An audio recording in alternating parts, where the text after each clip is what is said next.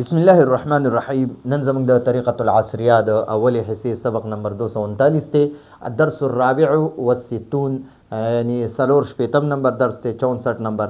په نن درس کې به انشاءالله مونږ اولنی سبق پکې وایو. دې نه مخکې درس کې مونږ د عمددي درس چې کوم د الفاظو معنی ویلې وي، اوس به انشاءالله مونږ هماغه د الفاظو معنی چې کومې زده کړې وي هغه به دې سبق کې مونږ استعمالوو. الساعة دا غړی ته وایي، ساعه غړی ته وایي په عربی کې. نو اوس وایي هذه ساعة دا یو غړی ده. هذه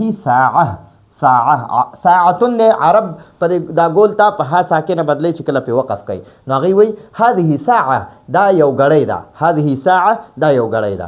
هذه ابرة ده عرب وایي هذه ابره د غړی استن چې ده که نه، نو هغې ته ابره وایي. نو هذه ابره دا یو ستن ده. هذه ابره دا یو ستن ده. اوس وایي الابرة الصغیرة وړه ستن.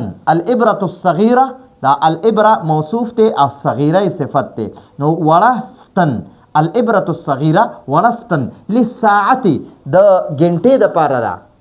د وړه ستن د ګنټې دپاره وي. وړه ستن الابرة الصغیره وړه ستن للساعة د ګنټې دپاره وي. د دې لام جاره معنی ده دپاره، او الساعه ګنټې ته وایي، نو ګنټې دپاره وي. والکبیرة او غټه ستن، د ټولو نه اوږده ستن چې په ټمپیس کې غړی کې کومه وي، هغه للدقیقة د منټ دپاره ده. والکبیرة للدقیقة او غټه ستن د منټ دپاره وي. والصغرى للثانیه، والصغرى او نری وړه ستن چې ده للثانیه د سیکنډ دپاره ده. للثانیه، ثانیه سیکنډ ته وایي، ساعه غړی ته وایي، دقیقه دا منټ ته وایي. مخکې وایي فی اليوم یو ورځ کې 24 سلیریش 24 ساعتن ګنټې دي. په یو ورځ کې یعنی شواروز کې شپه ورځ کې سلیریش ګنټې دي، 24 ګنټې دي. وفي الساعة او یوه غړی کې 60 دقیقه، 60 شپېته ورته وایي، او دقیقتن دا منټ ته وایي. نو په یو ګنټه کې 60 دقیقه شپېته منټونه وي. وفي الدقیقة او په یو منټ کې 60 ثانیه شپېته سیکنډونه وي. ٹھیک شو؟ امید دی په دې به تاسو پوه شوي یئ. اوس څه سوالونه یې راکړي، د هغې جوابونه دي. دا کم چې دی که نه، کم دا د سوال دپاره استعمالیږي، استفهام دپاره. چې چا نه یو څیز باره کې تپوس کوي چې اوس څه ټایم دی، نو هلته کې بیا وایي کم الساعة الآن، کم الساعة څه ټایم دی، الآن اوس، دې وخت کې څه ټایم دی، اوس څه ټایم دی. کم الساعة الآن اوس څو بجې دي، څه ټایم دی. نو بیا جواب ورکوي وایي الساعة الآن اوس الواحده یوه بجه ده.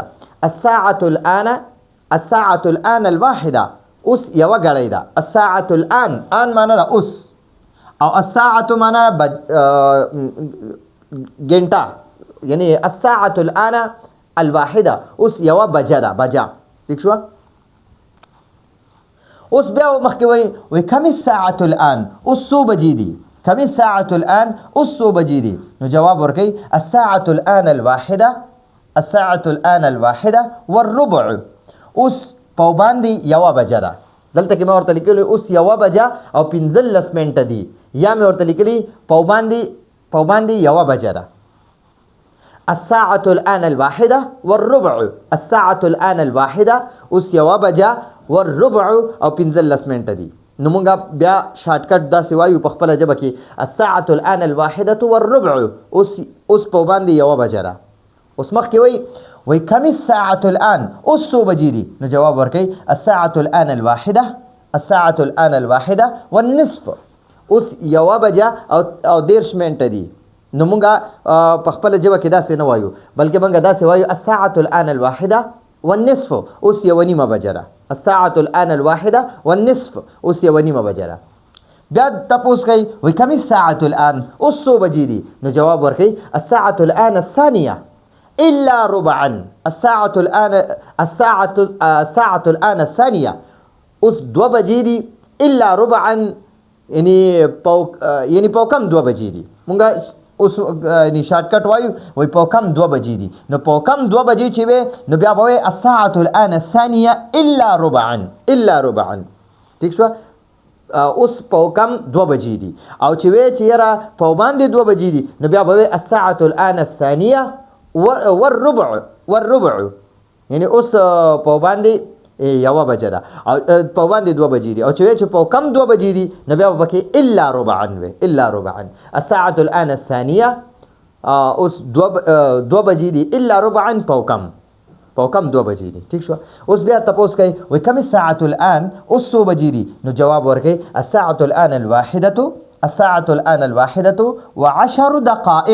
و10 دقائق دا دقائق چې ده کنه دا د دقیقه جمع ده 10 دقائق لس منټه او الساعة الآن الواحدة اوس یوه بجه و10 دقائق او لس منټه دي اوس یعنی لس منټه او یوه بجه ده بیا تاسو کوي وای کوم الساعة الآن اوس 100 بجې دي نو جواب ورکړي الساعة الآن الثانية الا 5 دقائق نو الا چې کله راشي کنه نو پوه شه چې د 2 بجو کې څه کم دي څه وخت کم دی او کنه ثانیه سره والنصف راشي والربع راشي ټیک شو نو بیا به د هغې مطلب وي چې په باندې نو دلته کې اوس وایي الساعة الآن الثانیة الا 5 دقائق 5 منټه کم 5 دقائق معنی ده 5 منټه او الا چې راشي نو معنی ده کم نو اوس 5 منټه کم 2 بجې دي الساعة الآن الثانیة الا 5 دقائق 5 منټه کم 2 بجې دي 5 منټه کم